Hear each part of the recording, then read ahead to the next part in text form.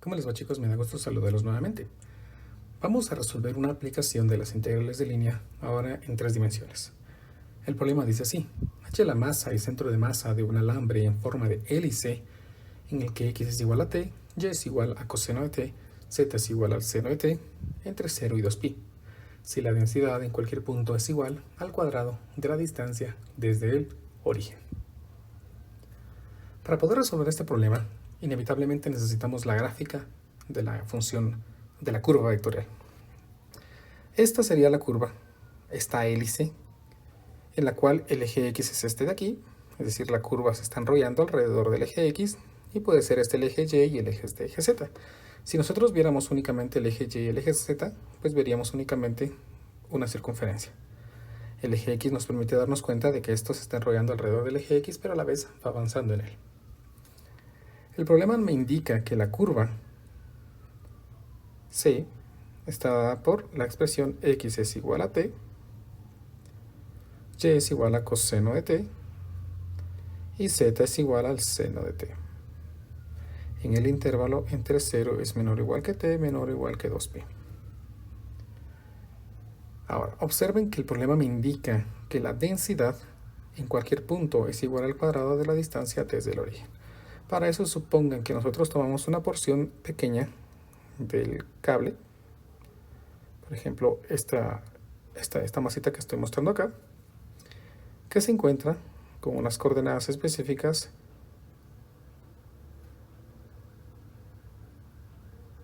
que podrían ser x, y y z. Por lo tanto, según lo que el problema me indica, la densidad en ese punto, la densidad de la curva x, y, z, el problema me dice que es igual al cuadrado de la distancia desde el origen. Si nosotros calculáramos la distancia de este punto respecto al origen, pues tendríamos el punto x, y, z y el punto 0, 0, 0, cuya distancia entonces sería la raíz cuadrada de x cuadrado más y cuadrado más z cuadrado. Y por lo tanto, dado de que la densidad es igual al cuadrado de la distancia, esto me quedaría entonces como x cuadrado más y cuadrado más z cuadrado. Como paréntesis, deben recordar que la distancia entre dos puntos se calcula como la raíz cuadrada de x2 menos x1. En este caso, como x1 es 0, me quedaría x cuadrado, y cuadrado y z cuadrado. Por lo tanto, al elevarlo al cuadrado, hace que nosotros tengamos simplemente x cuadrado más y cuadrado más z cuadrado sin el radical. Por lo tanto, ya tenemos la distancia, perdón, la densidad. Debemos recordar algo bien importante. La densidad para un segmento longitudinal se calcula como la masa dividido la longitud, que es lo mismo que el diferencial de masa dividido el diferencial de longitud. De esto entonces yo sé que el diferencial de masa estaría dado por el producto de la densidad por el diferencial de longitud. O lo que es lo mismo, la masa, si vamos a poner aquí entonces, la masa debe ser igual a la integral de línea sobre una curva del producto de la densidad y del diferencial de longitud.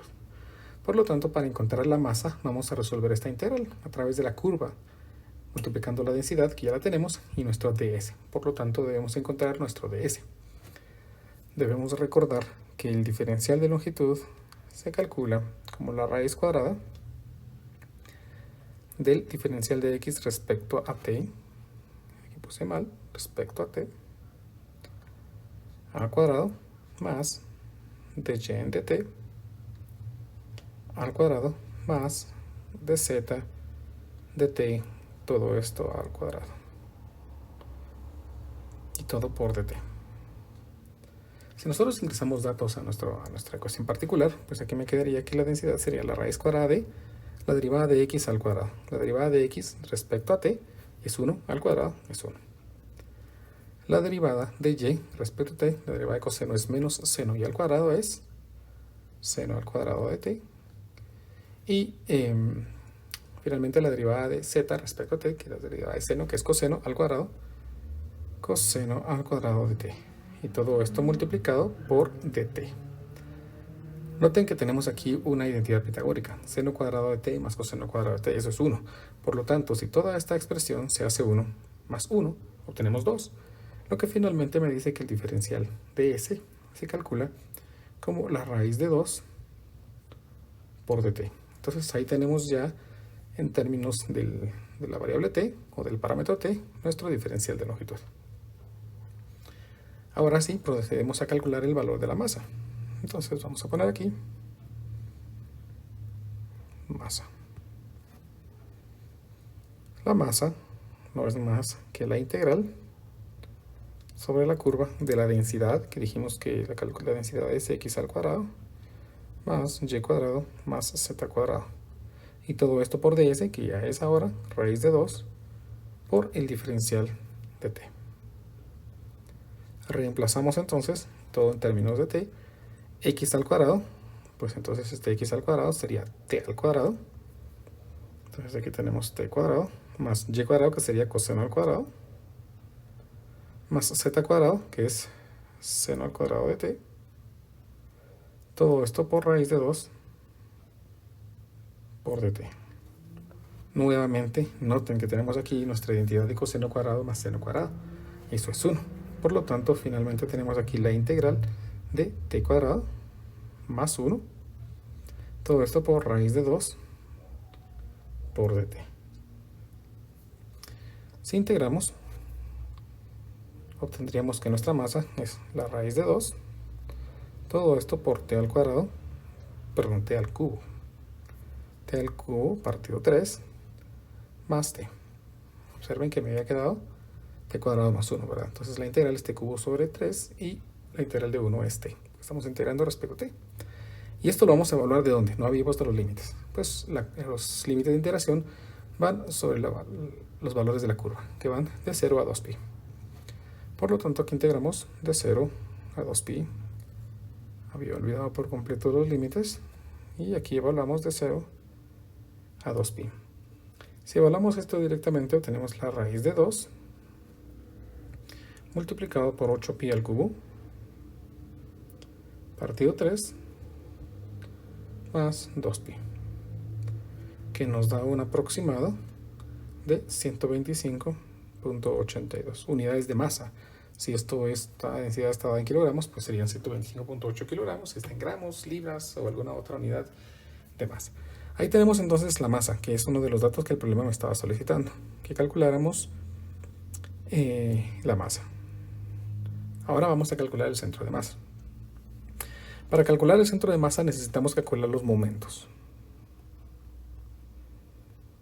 Como estamos trabajando en 3 dimensiones, los momentos se calculan muy parecidos a los de 2 dimensiones. Pueden ver el video de 2 dimensiones en la tarjetita que les dejo por acá arriba. Entonces, los momentos, en este caso serían el momento YZ, se calcula como la integral de X, ¿sí?, por la densidad por ds sobre la curva. En este caso es muy parecida al momento de 2 dimensiones, solo que ya solo hay momento y y momento en x. Aquí tenemos momento YZ, que es cuando nosotros tenemos todo medido respecto al plano YZ. Por lo tanto, usamos la variable x. Aquí me queda entonces la integral sobre la curva de x por la densidad, que es x al cuadrado más y cuadrado más z al cuadrado por el mismo ds que habíamos dicho que era raíz de 2 por dt. Recuérdense que este raíz de 2 dt lo extrajimos, ¿sí?, este de acá, cuando calculamos nuestro diferencial de longitud. Por lo tanto, nos toca reemplazar que es x, que es y y que es z en términos de t. X, pues x es simplemente t. X cuadrado más y cuadrado más z cuadrado. Observen que esta expresión ya la habíamos reemplazado. Era esta expresión que finalmente se transformó en t cuadrado más 1. Voy a simplificar este procedimiento, entonces aquí obtengo t cuadrado más 1.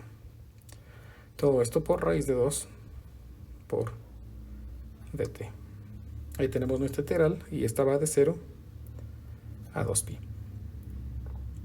Aquí podemos multiplicar e integrar de una vez. Pues yo tengo aquí la integral ya resuelta y evaluada, y este valor es de 2 por raíz de 2 por pi al cuadrado por 2pi cuadrado más 1, que me da un aproximado de 578.94 unidades de masa por unidades de longitud. Entonces aquí tenemos nuestro momento YZ. Hacemos lo mismo para nuestro momento XZ, en el que ahora integramos sobre la curva Y por la densidad por el ds. Si seguimos, pues aquí me quedaría Y por la densidad, que nuevamente es X al cuadrado, más Y cuadrado, más Z al cuadrado, por ds, que nuevamente es raíz de 2 por dt. Esta integral se transforma entonces en la integral de 0 a 2pi de Y. Recordemos, Y era coseno de t. Por lo tanto, aquí me queda la expresión coseno de t. Todo esto multiplicado por x cuadrado más y cuadrado más z cuadrado reparametrizado en t, que finalmente es t cuadrado más 1. Esto por raíces de 2 por dt.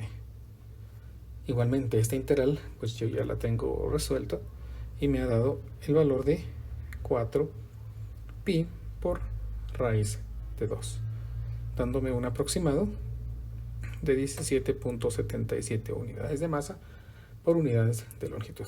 Ahí tenemos entonces el momento XZ, que me va a permitir determinar la coordenada Y del centro de masa.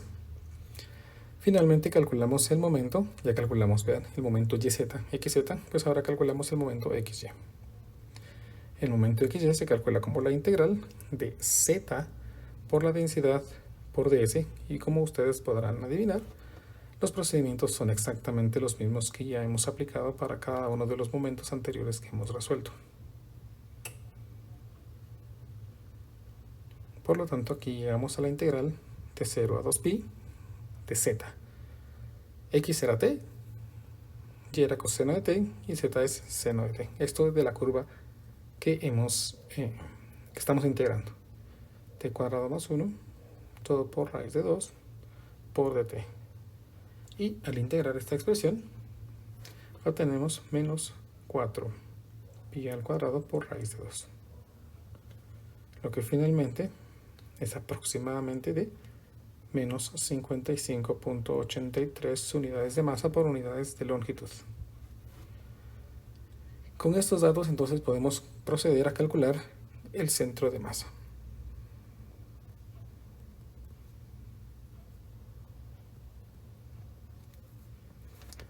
La coordenada del centro de masa X se calcula simplemente como el momento YZ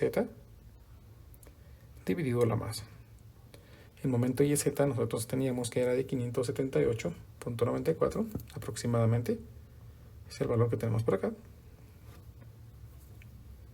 578.94 dividido el valor de la masa. Y observen que la masa la teníamos de 125.8. Por lo tanto, aquí me queda 125.8. Si dividimos esto aproximadamente, tenemos 4.6. Ahí tenemos la coordenada en X del centro de masa. Calculemos la coordenada en Y del centro de masa usando el momento XZ dividido entre la masa. El momento XZ, que habíamos calculado antes, nos ha dado un valor de 17.77. 17.77 dividido la masa, que aproximadamente es de 125.8, dándonos esto un aproximado de 0.14. Y finalmente, la coordenada del centroide en Z, que es el momento XY, dividido la masa, que la obtenemos al dividir menos 55.83 dividido entre la masa, que es 125.8, lo que finalmente me da un valor de menos 0.44 aproximadamente.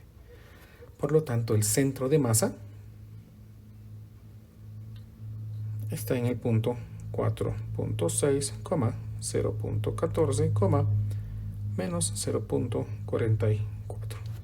Finalmente tenemos entonces la coordenada del centro de masa. Observen que el centro de masa queda sobre el eje X positivo, sobre el eje Y negativo y sobre el eje Z negativo. Por lo tanto, esperaríamos que este esté más o menos